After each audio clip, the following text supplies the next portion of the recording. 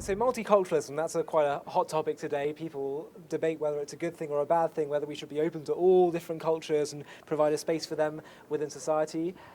What does Judaism make of multiculturalism? Does it have value, or is it something to be rejected?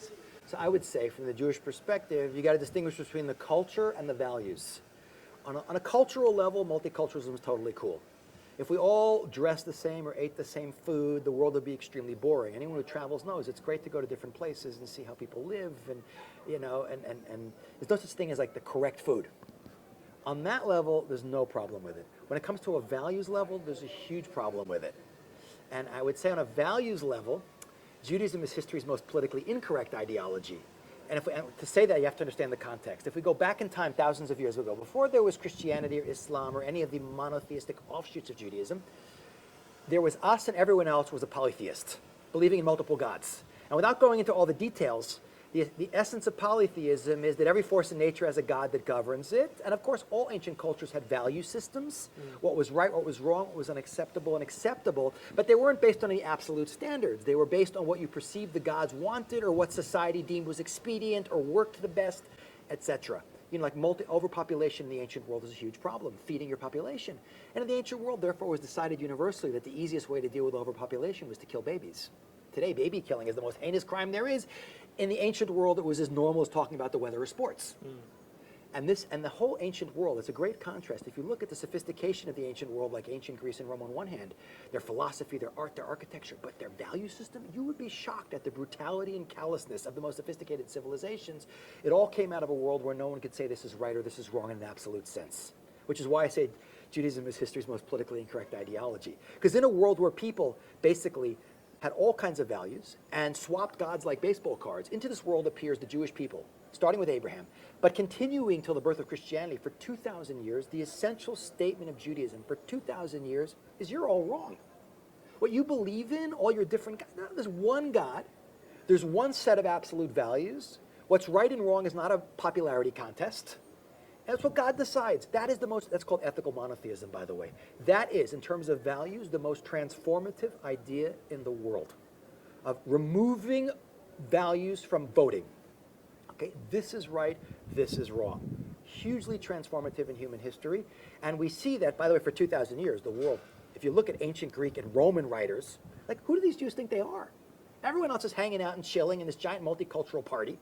Don't get me wrong. Place Rome, Greece, very militaristic, expansionist, oppressive, brutal countries for all their sophistication. So it's not like everyone's getting along and partying, but they look at the Jews, it's like, who are these people? Who do they think they are? They're telling us. And if they think they're right, how can we always beat them if their God's so strong? By the way, it's a very interesting thing. But this is the essential statement. If you ever read the book 1984 by George Orwell, which is one of the great anti-utopian novels, which is now 1984, it's in the past, but at the time it was written way before. There's a great line in there, I'm the hero. The hero is Winston Smith, one of the last free-thinking guys living in a complete totalitarian police state. And out of his mouth comes a line which is like so Jewish. I don't think Abraham ever, it's not in the Bible, but you could see Abraham saying it every day. There are truths and there are untruths, and just because you're in a minority of one doesn't make you wrong. That is what Jews have been saying for the world for thousands of years. There's right, there's wrong, there's black, there's white, there's good, there's evil. And it doesn't make a difference if the whole world goes the other way. We know this is what God says is good, and this is what God says is bad. So on that level, we talk about multiculturalism. On a moral level, absolutely not. Judaism is totally morally opposed to the idea of a relativism in values. That all cultures are equal. Yeah, not that all cultures are equal. It's not a culture, but that the values are morally equal. No, there are certain days, there are values that are wrong. There are values that are right. I once had a discussion, by the way, interesting story. A girl started arguing with me. When the British came to India in the late 18th century, the first thing they outlawed was sati. Sati is the Hindu culture, the Hindu custom of burning a widow along with her dead husband. A live widow. Yeah, a live widow, dead. She'd throw her in the fire. And the explanation was she's so grief-stricken, she doesn't want to live. First of all, a socioeconomic answer is if she survives, she gets the husband's property. If she's killed, it goes back to the husband's family. I had this girl arguing with me, a very liberal girl, that the British were wrong to interfere with that. I said, you know why you're saying that? Because you're not the widow. Right. So, I mean, it's like easy to talk about these things, but the reality is we see, these are, it's amazing, but that we see it. So So on a certain level, there's no problem with it, on a cultural level, but you have to appreciate that on a moral level, Judaism is ideologically opposed to the idea of moral relativism and everyone's values are equal to everyone else's values. That is not a Jewish idea, has never been.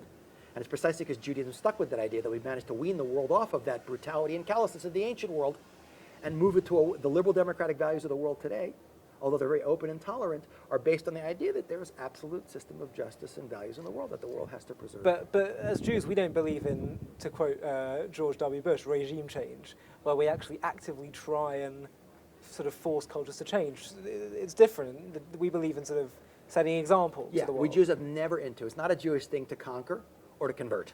Judaism doesn't seek converts. We make it hard for people to convert. We try and talk them out of it. And the only Jewish empire in history has been Hollywood. And it certainly hasn't been a source of Jewish values.